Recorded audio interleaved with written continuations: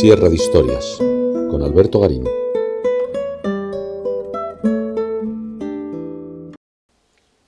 En el año 547, el primer arzobispo de Ravenna, Maximiano, consagró la iglesia de San Vital. De esta manera, el modelo de iglesia imperial que el emperador de Bizancio, Justiniano, había desarrollado en Constantinopla, en la iglesia de los santos Justo y Sergio, pero sobre todo en la reconstruida iglesia de Santa Sofía, llegaba hasta la provincia bizantina de Italia. Pero en San Vital, además, hay un segundo elemento añadido que le hace más significativa desde el punto de vista de esta nueva tipología de las iglesias imperiales. Y es que el programa iconográfico establecido en ese año 547 se ha conservado en mayor medida hasta hoy. Y de esta manera no solamente podemos entender cómo se organizaban los espacios litúrgicos de estas iglesias imperiales, sino que además esa liturgia imperial quedaba enfatizada a través de ese programa iconográfico de esos mosaicos. Indudablemente, los mosaicos en los que aparecen retratados el propio emperador Justiniano y frente a él el otro mosaico dedicado a su esposa Teodora son los dos más conocidos. Una fama más que justificada, pero se integran dentro de ese amplísimo programa que Maximiano quiso establecer en San Vital. Entender cómo funciona ese programa iconográfico significa entender el contexto político y religioso en el que se construyó San Vital en ese año 547, pero también nos permite comprender hasta qué punto los principios de la iconografía cristiana que se habían puesto en marcha más de un siglo atrás estaban ya plenamente consolidados. De esta manera, San Vital se convierte a la vez en el mejor exponente de las iglesias imperiales bizantinas en la parte occidental del Mediterráneo, pero sobre todo el mejor refugio de ese arte imperial que la corte de Justiniano quiso poner en marcha, que se convirtió en el cimiento de la mayor parte de la iconografía medieval, tanto de la Europa oriental como de la Europa occidental, y sobre todo el mejor símbolo, ese mosaico de Justiniano, del arte bizantino. En el año 547, el arzobispo Maximiano consagró la iglesia de San Vital de Ravenna. De esta manera, se concluyó la construcción de un templo que había sido comenzado en el año 532 en tiempos del obispo Eclesio, como un mausoleo dedicado a San Vital, mártir ravenés del siglo I. La obra de ese mausoleo se detuvo poco después a la muerte de Eclesio, y no fue retomada hasta el episcopado de Víctor, a partir del 540, cuando Ravenna ya había sido conquistada por los ejércitos bizantinos. Solo que, al retomar los trabajos, se abandonó la idea del mausoleo y se reconvirtió en iglesia imperial, siguiendo la moda impuesta por Justiniano en Constantinopla, en la iglesia de los santos Sergio y Baco y, sobre todo, en la iglesia de Santa Sofía.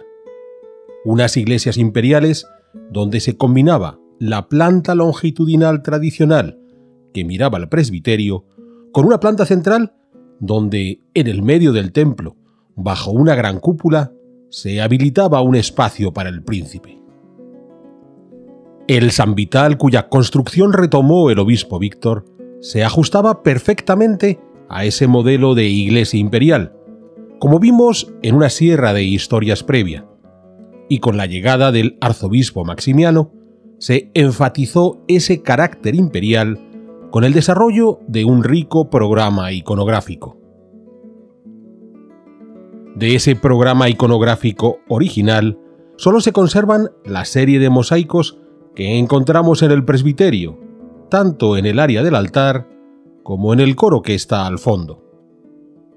Es posible que en los tiempos de Maximiano también se decorase el intrados de la cúpula, acaso con una representación del cielo del que se conserva un ángel.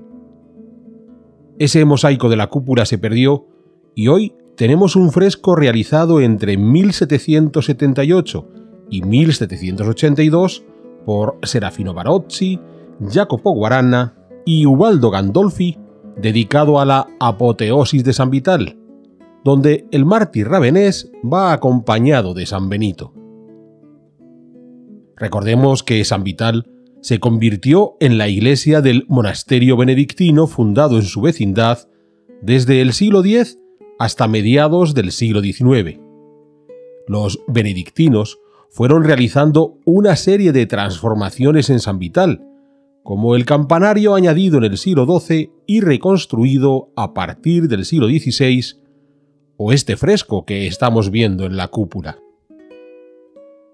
Fuera de la cúpula y el presbiterio, la decoración del resto de la iglesia ha ido sufriendo modificaciones a lo largo del tiempo. Los estucos de los muros se han ido rehaciendo, o las bóvedas del deambulatorio y la galería son ya del siglo XII, sustituyendo los alfarjes del siglo VI. Recordemos, esas reformas realizadas por los benedictinos y que ya se alejaron del programa artístico imperial de mediados del siglo VI que, como hemos señalado, se concentra en el presbiterio. El acceso a la bema, el presbiterio de las iglesias bizantinas, se realizaba por un arco toral decorado con un mosaico que presentaba, en la clave, a un Jesús adulto, barbado, con un halo con una cruz. Cristo lleva en las manos un libro. Estaríamos ante una imagen de Jesús en el momento de la resurrección.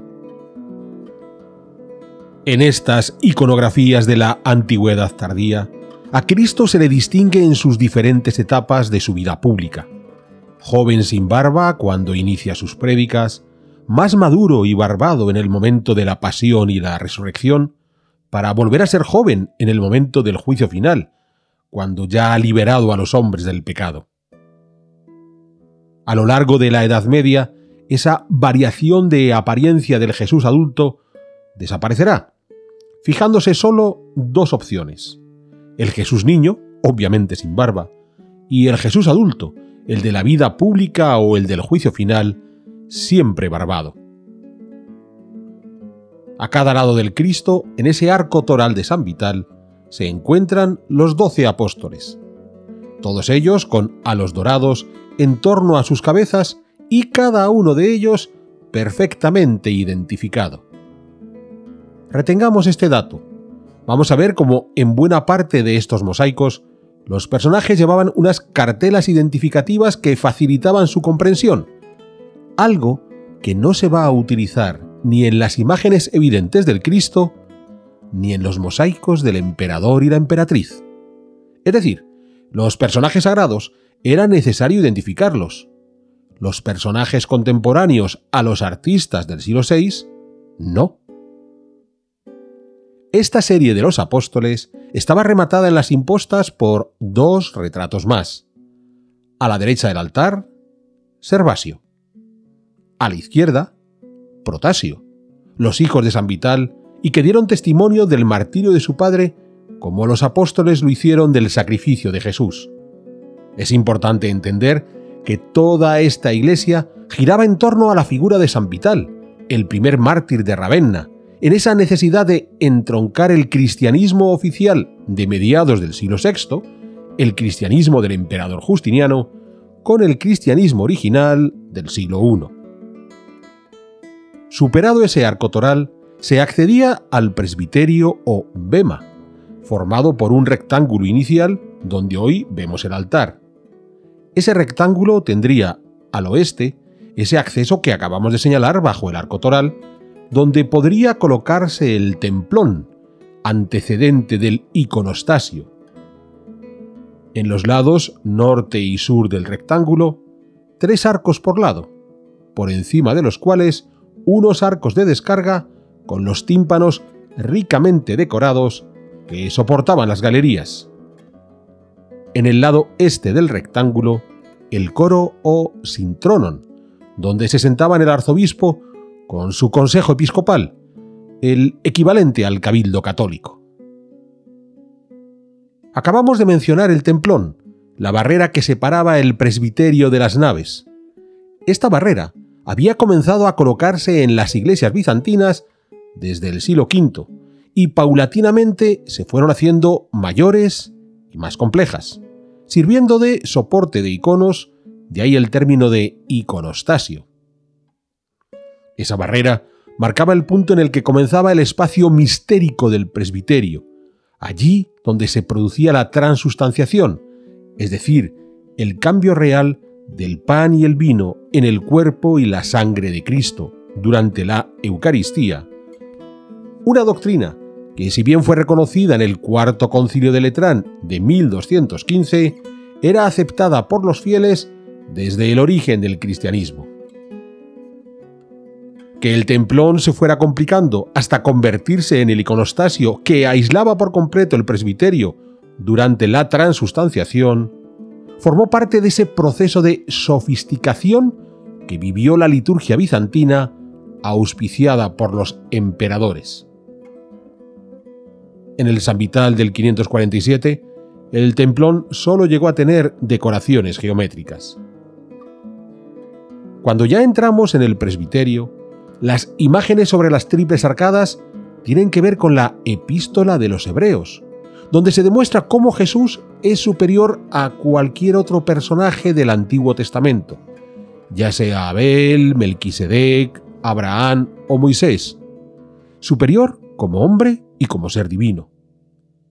Recordemos que el emperador Justiniano se había convertido en el adalid del cristianismo niceno, que defendía la doble naturaleza humana y divina de Jesús frente a monofisistas o arrianos que sólo apostaban por una naturaleza única, divina a los monofisistas, humana a los arrianos. En el lado sur, en el tímpano central, encontramos a dos personajes bíblicos, Abel y Melquisedec, mostrando sus ofrendas a Dios, cuya mano emerge del cielo.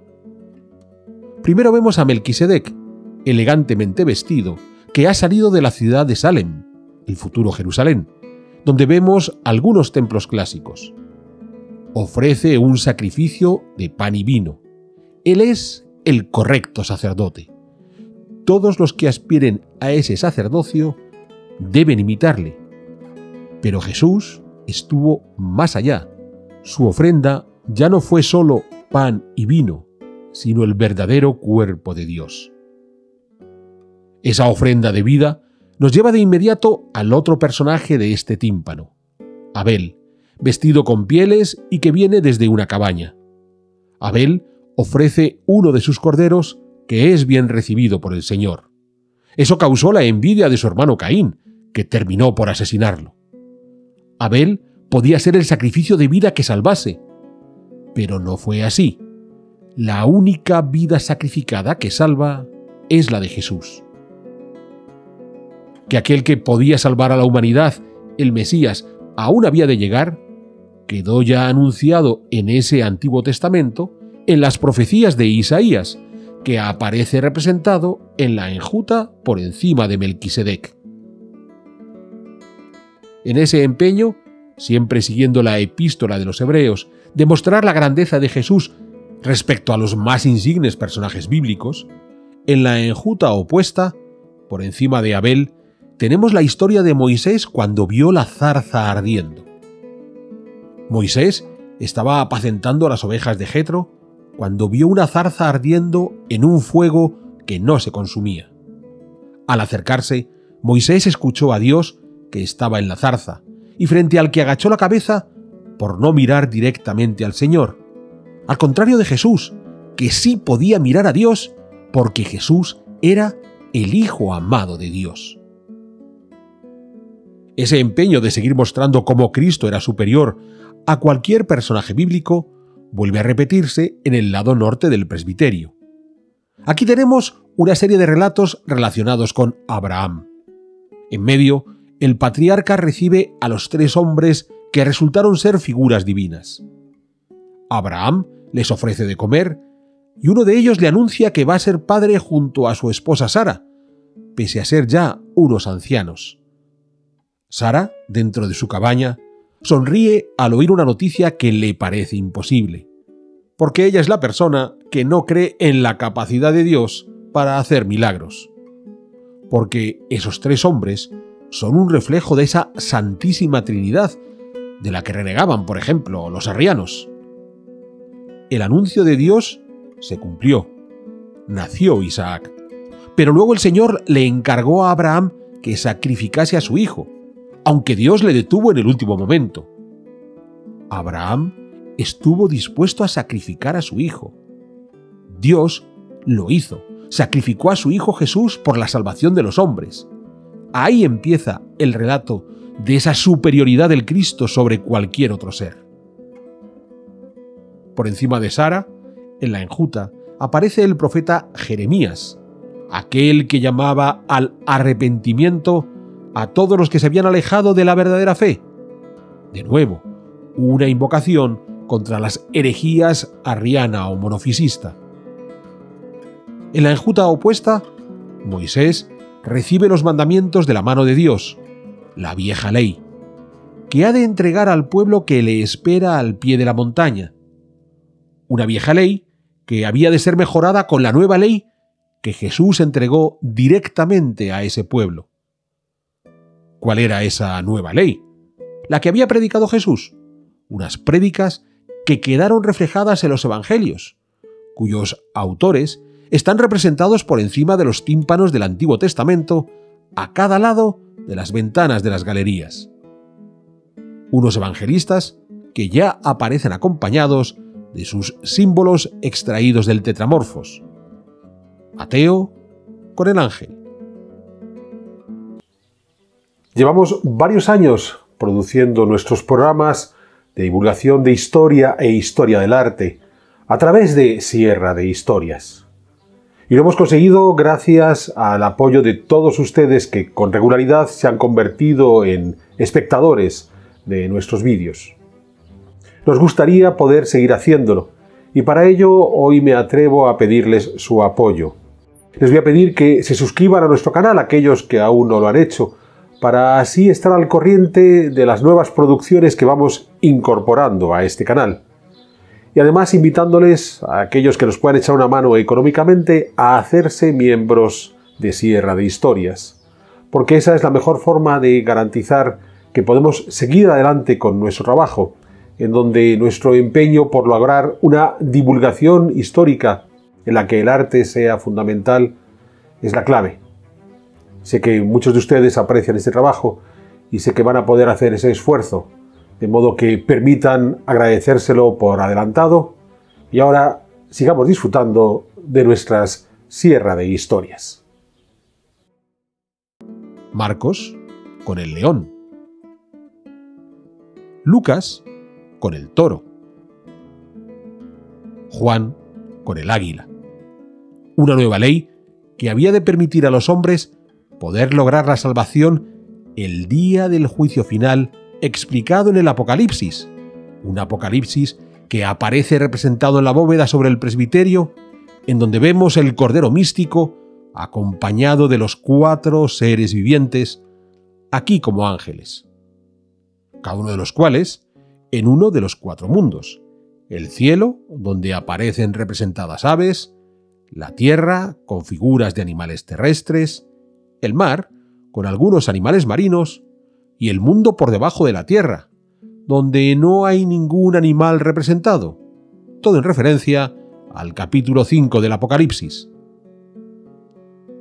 Tras la complejidad teológica de los mosaicos del presbiterio, la decoración del sintronon, del coro, era mucho más evidente.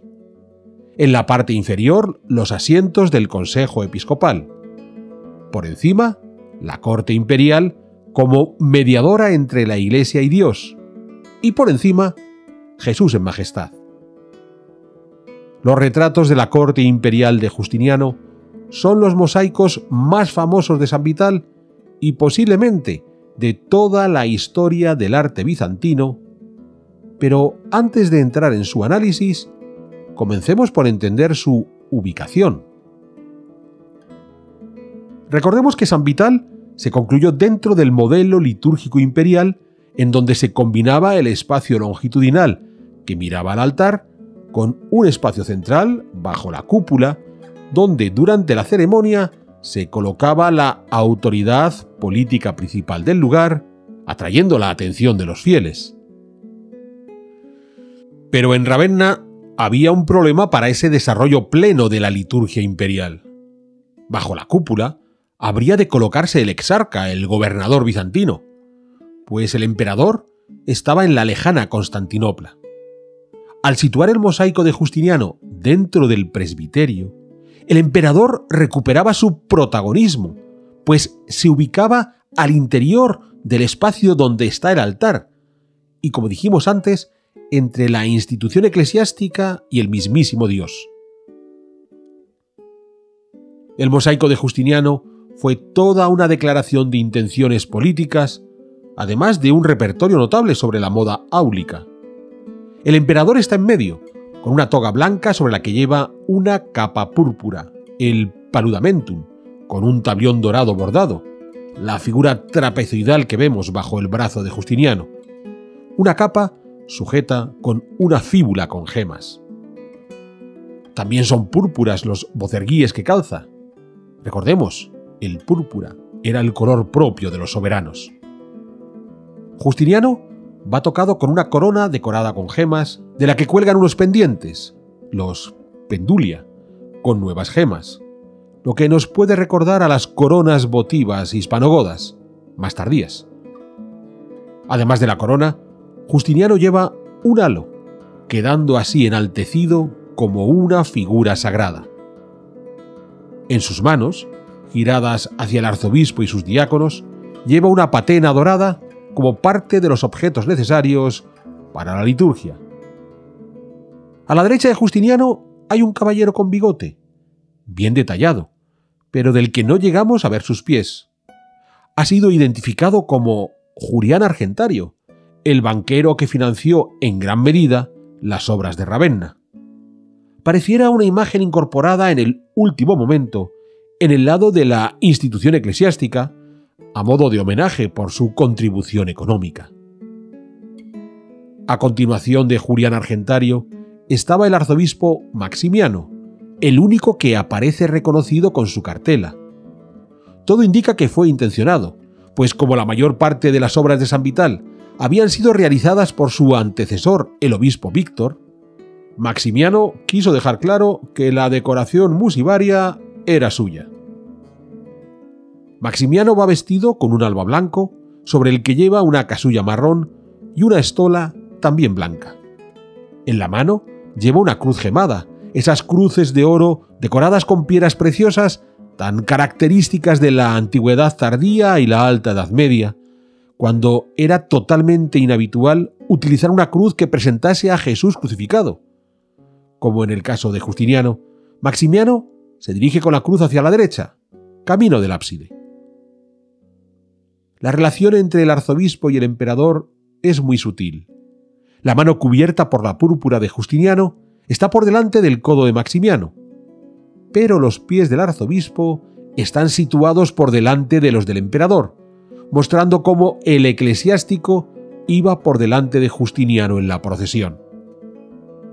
Es curioso, porque ese juego de pies muestra la superposición de planos que los musíbaras emplearon para dar profundidad al cuadro, una técnica, la de superposición de planos, que era la habitual en la pintura romana para lograr volumetría, pero además indican bien la jerarquía de los personajes, como vamos a ver a continuación.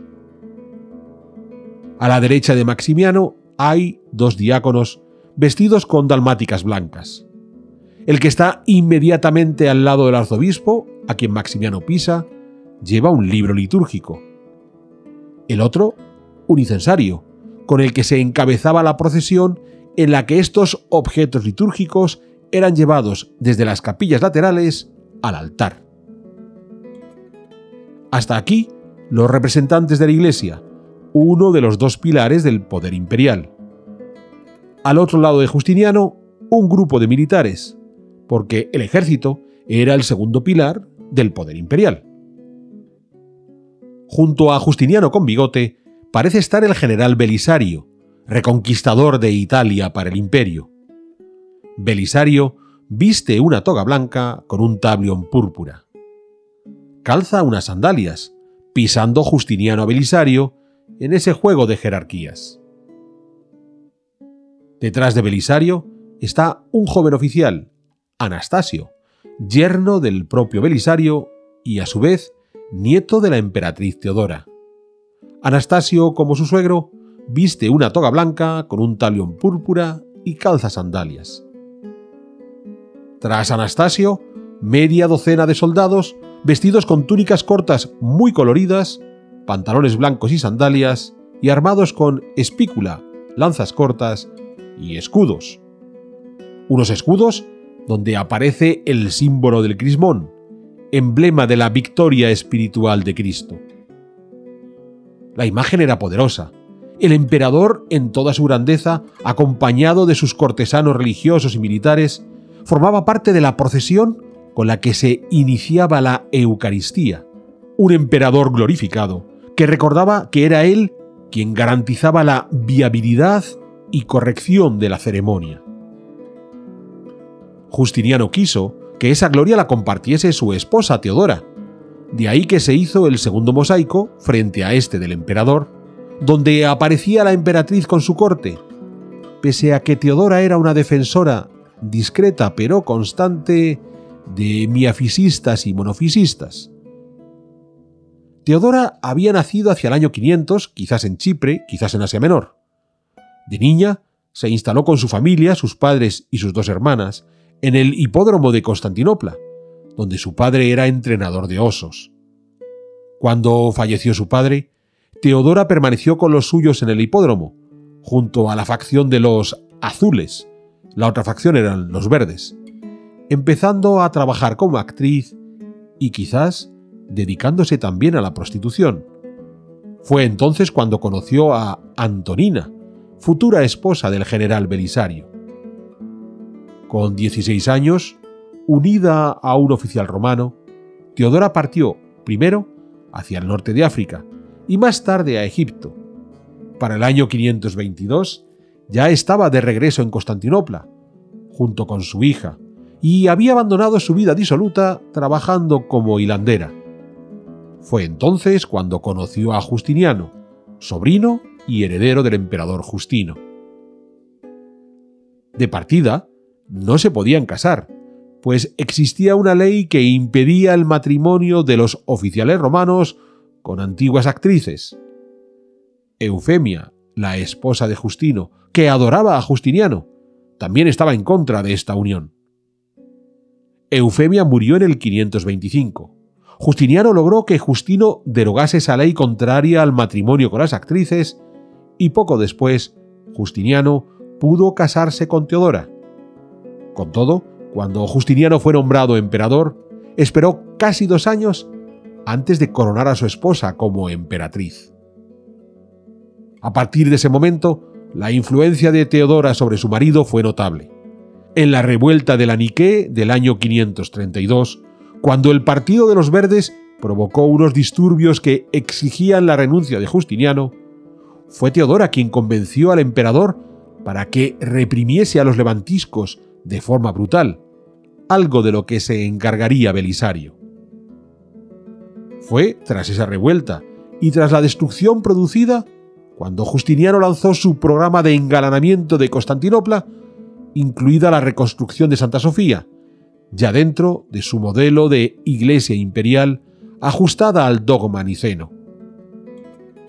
Lo curioso es que Teodora, que apoyaba a su esposo en todas sus iniciativas, sin embargo, mostraba claras simpatías por los monofisistas, esos cristianos considerados como herejes por el emperador, hasta el punto de que la emperatriz no solo protegió a muchos de ellos, sino que incluso logró imponer un papa, Vigilio, en el año 537, en principio monofisista. Vigilio, a pesar de todo, se mostró como un hombre de opinión variable, que terminó por plegarse a las exigencias nicenas de Justiniano. Esas creencias religiosas heterodoxas de Teodora no le hicieron perder su ascendente sobre Justiniano, y buena prueba de ello es cómo quiso presentarla como una buena católica en el mosaico de Ravenna. Pero sobre todo, porque cuando Justiniano cayó gravemente enfermo en el 542, resultado de la epidemia de peste que asoló el Imperio bizantino, Teodora se convirtió en la regente de ese imperio, demostrando así que no solo era la consorte del emperador, sino una verdadera emperatriz. Justiniano recuperó la salud para el 543, reasumió el poder, apoyándose siempre sobre el buen juicio de su esposa, hasta la muerte de ésta, posiblemente por un cáncer de pecho, en junio del 548. Si consideramos que el mosaico de Ravenna está pintado hacia el 547, Teodora estaba aún viva en el momento de su realización, había demostrado sus dotes políticas como emperatriz y su heterodoxia religiosa, que podía ser lo más inquietante, trató de ser obviada presentándola como una buena cristiana nicena. Lo primero que llama la atención del mosaico de Teodora es que frente al de Justiniano, en el que el emperador aparecía con su corte dentro de una gran sala limitada por columnas que perfectamente podía ser la nave principal de una iglesia, Teodora está en su palacio. Es decir, el mosaico de Justiniano pretendía incluir al emperador dentro de la ceremonia a celebrar en San Vital. Pero con Teodora, el juego fue mucho más sutil, más simbólico. La emperatriz no se hacía presente en Ravenna, sino que se evocaba la posibilidad de que participase en la liturgia en sus estancias palaciegas y se trasladaba una imagen de ese momento a Ravenna, como quien hoy toma una foto de un conocido monumento y luego la imprime, la enmarca y la pone en el comedor de su casa, a cientos de kilómetros de ese monumento. Como decíamos antes, el mosaico de Teodora mostraba a la emperatriz con parte de su corte en el interior del palacio imperial.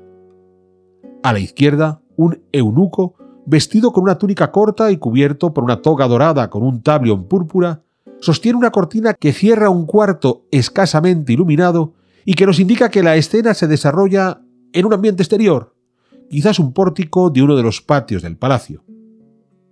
Hemos de pensar que en el Palacio Sagrado de Justiniano existieron ese tipo de pórticos que podían contar con una fuente, como la que se ve en el mosaico de Teodora, a la vez simbólica, evocando el bautismo, como práctica, permitiendo purificarse antes de iniciar una ceremonia religiosa. Junto al eunuco de toga dorada, a su derecha, tenemos un segundo eunuco, también con túnica corta y toga, esta vez blanca con tablión púrpura. En ese juego de preeminencias que ya vimos en el mosaico de Justiniano, este segundo eunuco pisa al anterior, pero oculta su hombro detrás de la emperatriz. Una emperatriz que ocupa la posición central, enmarcada por un nicho, donde podía haber un altar en este pórtico abierto del palacio, pero que aquí sirve para enfatizar la figura de Teodora, quien viste una túnica blanca cubierta por una capa púrpura. En la cabeza lleva una corona muy enjollada cerrada, una stemma, de la que cuelgan unos pendulia también muy enjollados. Alrededor del cuello lleva un maniakis, un collar muy ancho, también cargado de gemas. La cabeza de la emperatriz está rodeada por un halo, como ya le ocurriese a su esposo, enfatizando su carácter sagrado. Recordemos, Teodora tenía simpatías por los herejes monofisistas, pero en esta imagen fue presentada como una perfecta creyente nicena. Justiniano necesitaba enaltecer la figura de su esposa, quien gobernaba a su lado. La emperatriz lleva en las manos un cáliz dorado que podría ir a ser empleado en una ceremonia religiosa, replicando la acción que se reflejaba en el mosaico de Justiniano, donde éste llevaba una patena. Pero en la escena de Teodora no hay un celebrante, ni nadie porta los otros objetos litúrgicos, con lo que vuelve a enfatizarse el carácter simbólico de la imagen. De alguna manera, Teodora era incorporada a la procesión de su marido, en la que, por otro lado, no habría podido participar. Un último detalle. En el borde inferior de la capa de Teodora podemos ver una copia de la procesión de los Reyes Magos que fue representada en la iglesia de San Apolinar el Nuevo, a la que ya dedicamos una sierra de historias. Allí explicamos cómo los Reyes Magos a la vez podían simbolizar la Santísima Trinidad, pero también enfatizar los dones que entregaban a María y al Niño Jesús. De nuevo, no es una elección iconográfica gratuita. Teodora volvía a mostrarse como fiel nicena, con ese respeto por la Santísima Trinidad, al tiempo que se equiparaba a las vírgenes de San Apolinar, que con los Reyes Magos entregaban sus ofrendas a María. A la derecha de Teodora tenemos a una dama con un vestido marrón con bordados dorados y cubierta por una clámide, una capa corta blanca. Lleva la cabeza cubierta, acaso con un pañuelo. Esta dama ha sido identificada como Antonina, esposa de Belisario y amiga de siempre de Teodora. A la derecha de Antonina, otra dama, con un vestido rosa palo oscuro, con motivos animales azules y una clámide dorada. También lleva cubierta la cabeza y posiblemente se trata de Juanita, hija de Antonina y esposa de Anastasio, el segundo oficial que acompañaba a Justiniano en su mosaico. Con lo que de esta forma se completan los matrimonios anunciados en ese mosaico de Justiniano, pues tenemos al emperador con Teodora, Belisario con Antonina y Anastasio con Juanita. Hemos de entender con precisión los eventos que estaban ocurriendo en el momento que se hacía este mosaico en torno al año 547. Belisario había sido enviado por Justiniano a Italia para acabar con el reino ostrogodo. En el año 536, Belisario desembarcó en Nápoles, avanzó sobre Roma y en el 540 conquistó Ravenna, tras lo cual fue llamado de vuelta a Constantinopla para organizar la campaña contra los persas de los años 541-542. En ese 542, como hemos dicho antes, Justiniano cayó gravemente enfermo. Belisario fue acusado por la emperatriz de conspirar para hacerse con el trono. Justiniano recuperó la salud y Belisario fue perdonado, encomendándole la conquista definitiva de Italia, donde los ostrogodos, dirigidos por el rey Totila, habían logrado recuperar buena parte de la península. En el año 544, Belisario estaba de vuelta en Ravenna, desde donde fue reconquistando de nuevo la mayoría de Italia para los bizantinos, hasta que en el 547 prácticamente había derrotado al rey Totila. Es entonces cuando se hicieron los mosaicos de Ravenna, en un momento de gloria para los emperadores, Belisario y su familia. Curiosamente, una gloria que habría de durar poco. A finales del 547, Belisario requirió más tropas para acabar definitivamente con Totila. Los refuerzos que recibió en la primavera del 548 fueron insuficientes, y entonces envió a su esposa Antonina para que persuadiera a su amiga la emperatriz Teodora de mandarle más hombres. Pero cuando Antonina llegó a Constantinopla, en el verano del 548, Teodora ya había muerto. En el 549, Belisario fue llamado de vuelta a Constantinopla sin haber concluido la campaña italiana. Pese a ser recibido con todos los honores, no se le volvió a encomendar una misión militar destacada. Los tiempos felices que reflejaban los mosaicos de San Vital quedaron atrás. Para completar nuestro recorrido por el mosaico de Teodora, hemos de mencionar el grupo de damas, 5, que se sitúan en el extremo derecho de la escena, con diferentes vestidos y clámides, pero con rostros muy parecidos entre ellos, un grupo de damas que vendría a ser la contrapartida del grupo de soldados que acompañaba a Justiniano. De esta manera, así como el emperador mostraba sus dos pilares de poder, la iglesia y el ejército, Teodora también mostraba sus dos apoyos fundamentales, sus servidores, los eunucos imperiales, y sus damas, mostrando así como el poder de las gentes de palacio era equiparable al de la cruz o las armas.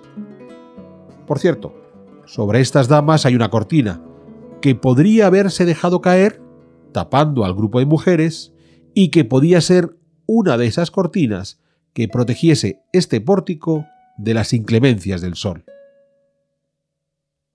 La ostentación de poder que mostraban estos dos mosaicos y que había de ser harto evidente para los raveneses del 547, quienes habían de reconocer a todos los personajes representados, no ha de hacernos olvidar el mensaje principal que ya hemos mencionado antes.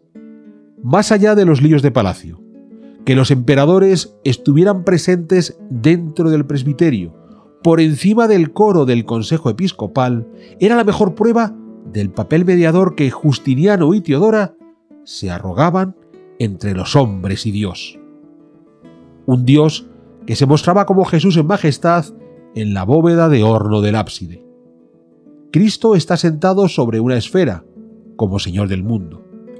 La esfera está colocada sobre el paraíso, representado por los 4 ríos, en referencia al capítulo 2 del Génesis, y un paisaje lleno de flores.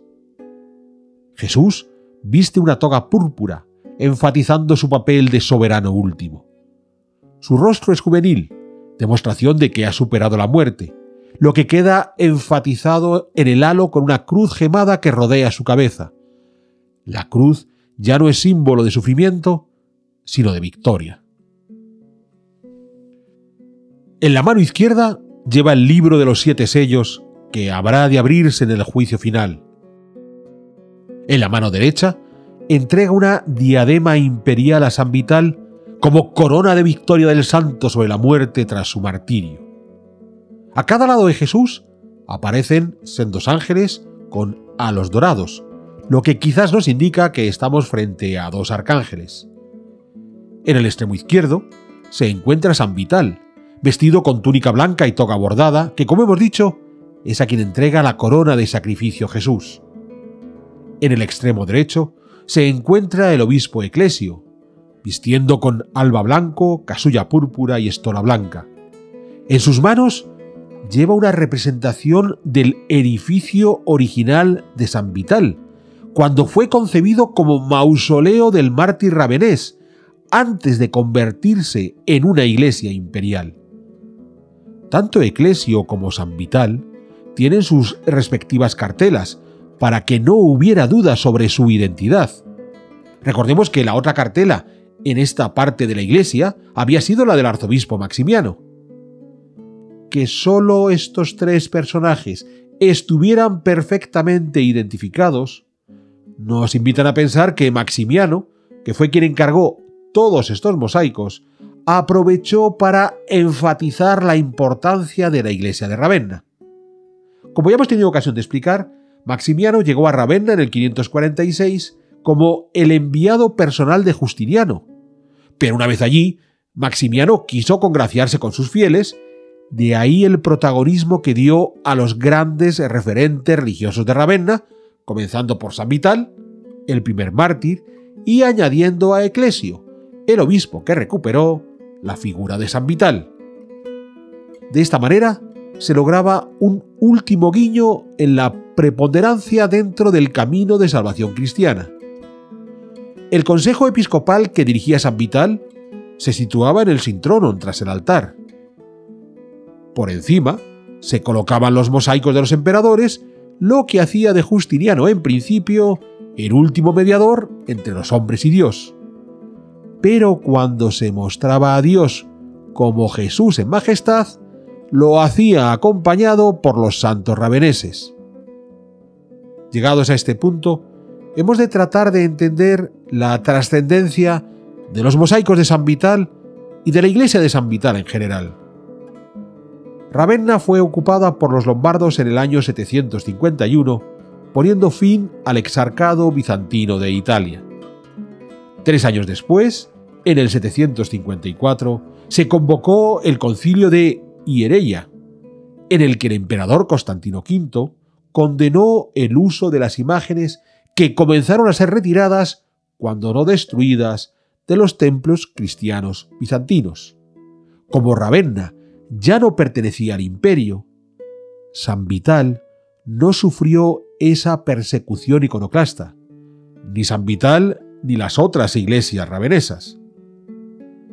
De ahí que, para entender el origen de la iconografía cristiana, los mosaicos raveneses, desde el mausoleo de Gala Placidia a San Vital, son fundamentales, siendo los de San Vital una etapa final en la que buena parte de la simbología asociada a esas imágenes ya estaba consolidada.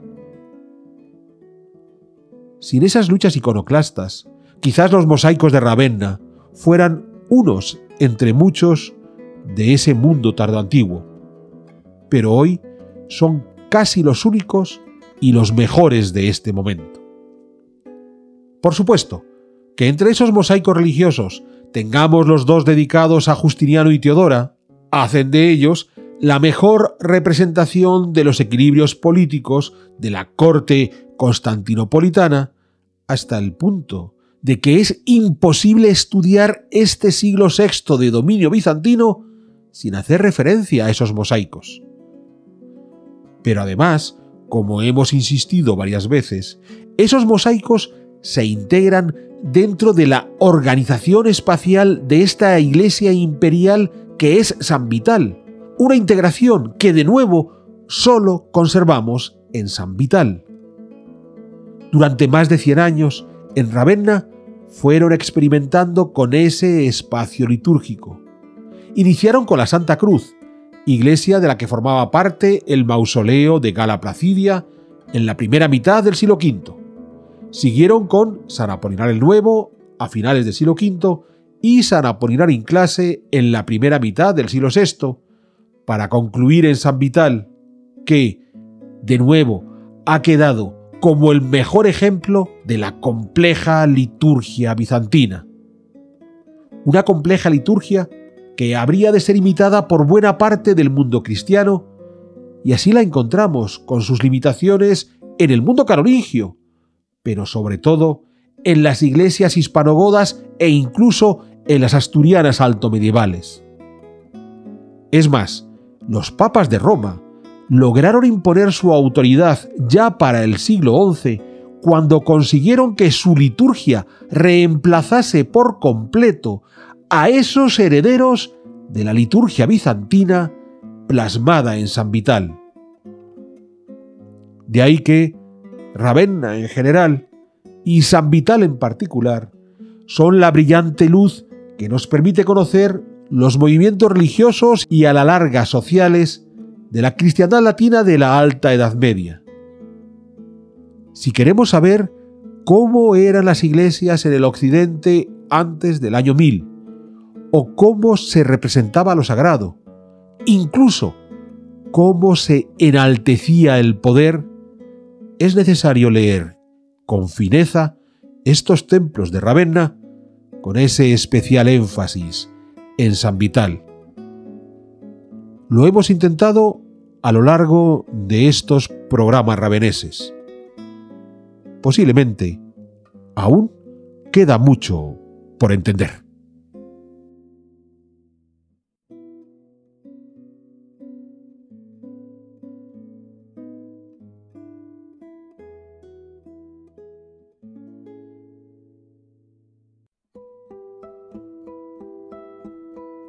¿Quieres incorporarte a la comunidad de Sierra de Historias?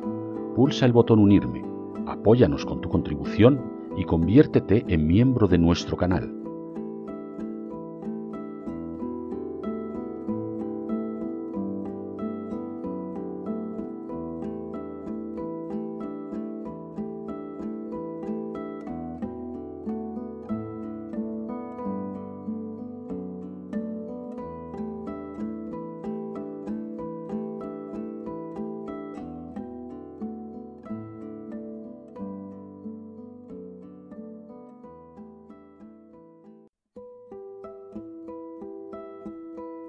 ¿Quieres incorporarte a la comunidad de Sierra de Historias?